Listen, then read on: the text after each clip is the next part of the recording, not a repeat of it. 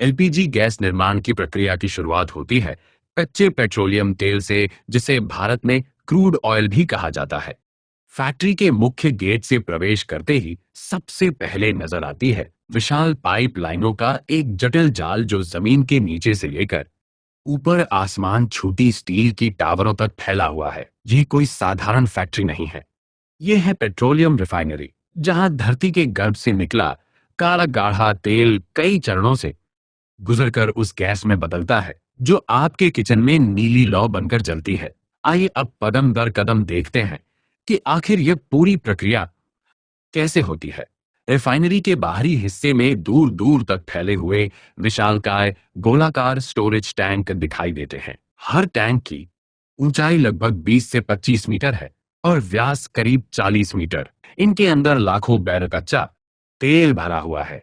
यह तेल समुद्री जहाजों या अंडरग्राउंड पाइपलाइनों के जरिए यहां पहुंचता है। इसका रंग गहरा काला है, गाढ़ापन इतना कि हाथ में लगा लो तो आसानी से छूटे नहीं। इसमें से एक तीखी भारी हाइड्रोकार्बन जैसी गंध आती है। अब यहां से शुरू होता है पहला कदम। क्रूड ऑयल को सीधे प्रोसेस नहीं किया जा सकता। पहले इसमें से पानी, नमक और बारीक मिट्टी के कण अलग करने होते हैं। इसके लिए क्रूड ऑयल को एक डिसॉल्टर यूनिट में भेजा जाता है।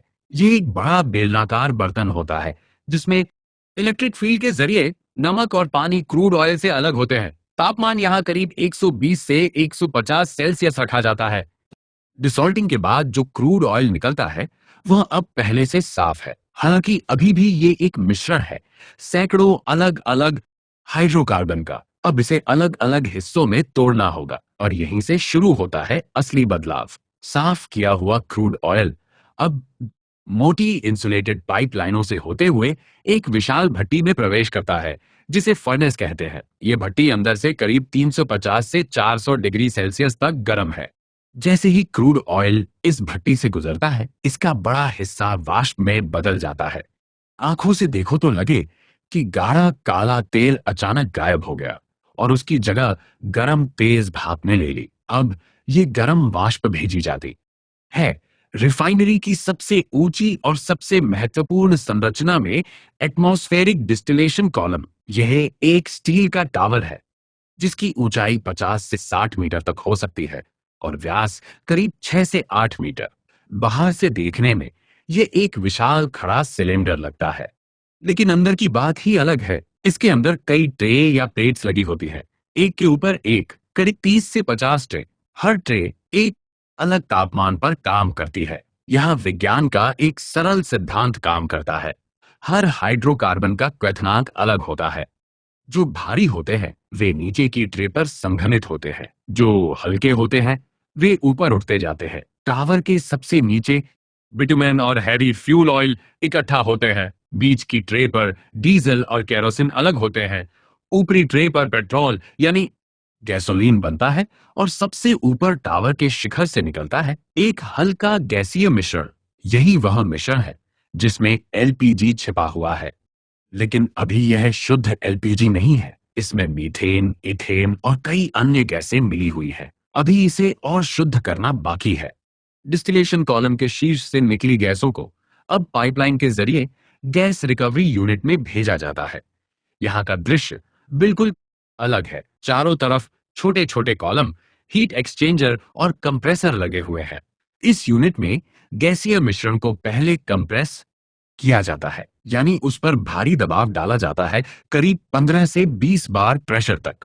जैसे ही दबाव बढ़ता है, गैस का तापमान भी बढ़ता है। फिर इसे कूलिंग सिस्टम से ठंडा किया जाता है। अब यहाँ एक और कॉलम आता है जिसे डीइनाइजर कहते हैं।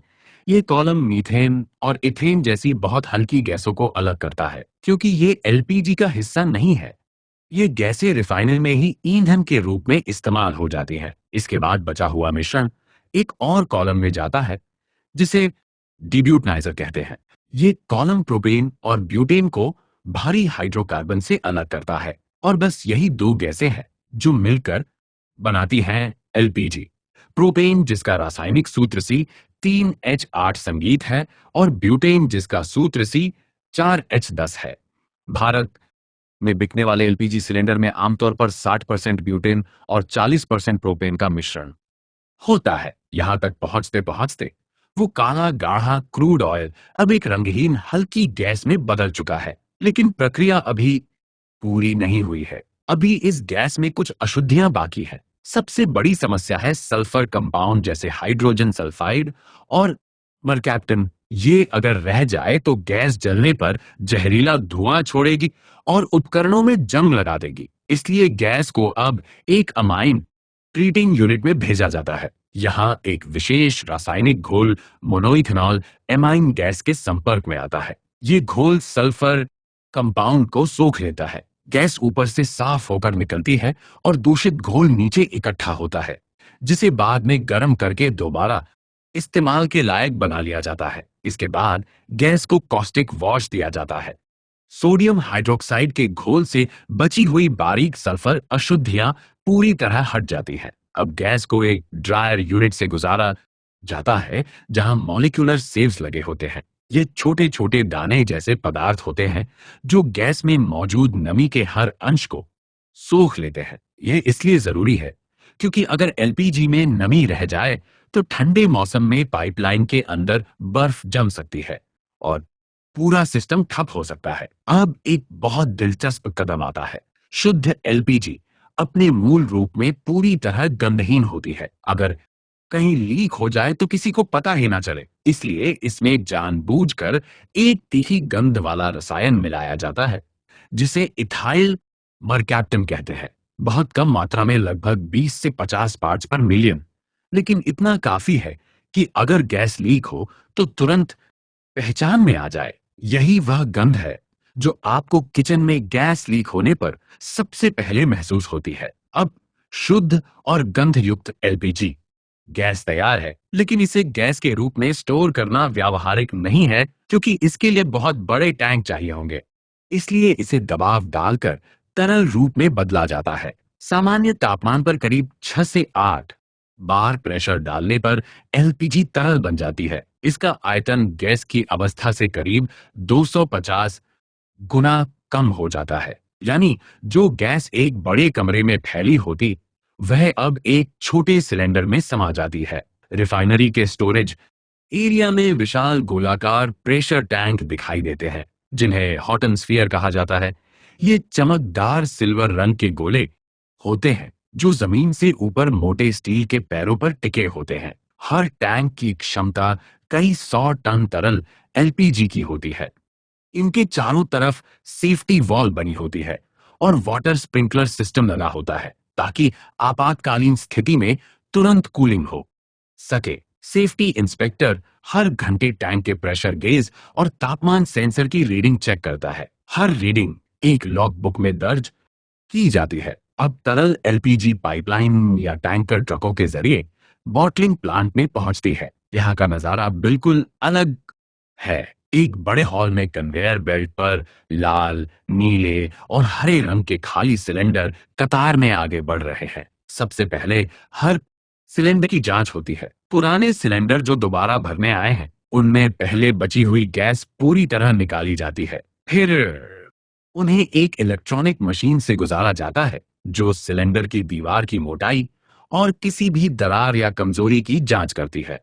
जो सिलेंडर टेस्ट में फेल होते हैं उन्हें लाइन से अलग कर दिया जाता है। पास होने वाले सिलेंडर आगे बढ़ते हैं। अब सिलेंडर को एक टेरर मशीन के पास लाया जाता है जो उसका वजन मापती है। खाली सिलेंडर का वजन उस पर टेरर वेट के रूप में अंकित होता है।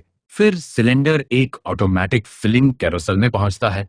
यह एक गोलाकार प्लेटफॉर्म है जिस पर एक साथ 20 से 24 सिलेंडर लगे होते हैं। प्लेटफॉर्म धीरे धीरे घूमता है और हर सिलेंडर के वाल्व से एक नोजल जुड़ता है। तरल एलपीजी प्रेशर के साथ सिलेंडर में भरी जाती है। एक घरेलू सिलेंडर में 14.2 की ग्रह एलपीजी भरी जाती है। संगीत ये प्रक्रिया करीब 60 से 90 सेकंड में पूरी हो जाती है। भरने के तुरंत बाद हर सिलेंडर का वजन दोबारा चेक होता है। अगर वजन निर्धारित सीमा से ज्यादा या कम है तो सिलेंडर को रिजेक्ट कर दिया जाता है। सही वजन वाले सिलेंडर आगे बढ़ते हैं। अब आता है सबसे महत्वपूर्ण चरण, सुरक्षा जांच। भरे हुए सिलेंडर को एक गर्म पानी के टैंक से गुजारा जाता है जिसका तापमान करीब 50 सेल्सियस होता है। सिलेंडर को पानी में डुबोया जाता है। अगर कहीं से भी छोटा सा बुलबुला उठता है तो इसका मतलब वाल्व या बॉडी से लीक है। ऐसे सिलेंडर को तुरंत लाइन से हटाकर रिपेयर सेक्शन में भेजा जाता है। लीक टेस्ट पास करने के बाद सिलेंडर के वाल्व पर एक सेफ्टी कैप लगाई जाती है। फिर उस पर बीआईएस मानकों के अनुसार बैच नंबर भरने की तारीख और अगली जांच की तारीख अंकित की जाती है। एक क्यूआर कोड स्टिकर भी लगाया जाता है जिससे सिलेंडर की पूरी हिस्ट्री ट्रैक की जा सके। अब तैयार सिलेंडर कन्वेयर बेल्ट से आगे बढ़ते हुए पैकिंग एरिया में आते हैं। यहाँ वर्कर्स सिलेंडर को कंपनी के अनुसार अलग अलग सेक्शन में लगाते हैं। इन दिन भार गैस एचपी हर ब्रांड का अलग सेक्शन। सिलेंडर को पैड पर व्यवस्थित रूप से खड़ा किया जाता है और फिर ट्रकों पर लोड किया जाता है। एक ट्रक में करीब 200 से 250 सिलेंडर लोड होते हैं। ट्रक पर हैज यानी हजार्ड्स मटेरियल का बोर्ड लगा होता है। ड्राइवर के पास सेफ्टी किट, फायर एक्सटिंग्विशर और इमरजेंसी कांटेक्ट नंबर होते हैं। यहां से ये सिलेंडर डिस्ट्रीब्यूशन सेंटर और फिर आपके नजदीकी डीलर तक पहुंचते हैं। जरा सोचिए, धरती के हजारों फीट नीचे से निकला काला गाढ़ा कच्चा तेल, सैकड़ों डिग्री तापमान, भारी दबाव, रासायनिक शुद्धिकरण और कई चरणों की कड़ी जांच से गुजरकर आपके किचन में एक नीली शांत लौ बनकर खाना पकाता है। यह सफर जितना लंबा है उतना ही अद्भुत है। प्यारे दोस्तों, अगर ये वीडियो आपको थोड़ा भी पसंद आया हो या कुछ संगीत नया सीखने को मिला हो तो चैनल को सब्सक्राइब करके हमारे परिवार का हिस्सा जरूर बने। वीडियो को लाइक करना मत भूलिए। आपका एक लाइक हमें और बेहतर वीडियो बनाने की ताकत देता है। और कमेंट में अपना शहर या गांव का नाम जरूर लिखें। हम देखना चाहते हैं हमारा परिवार किस किस कोने तक पहुंच चुका है।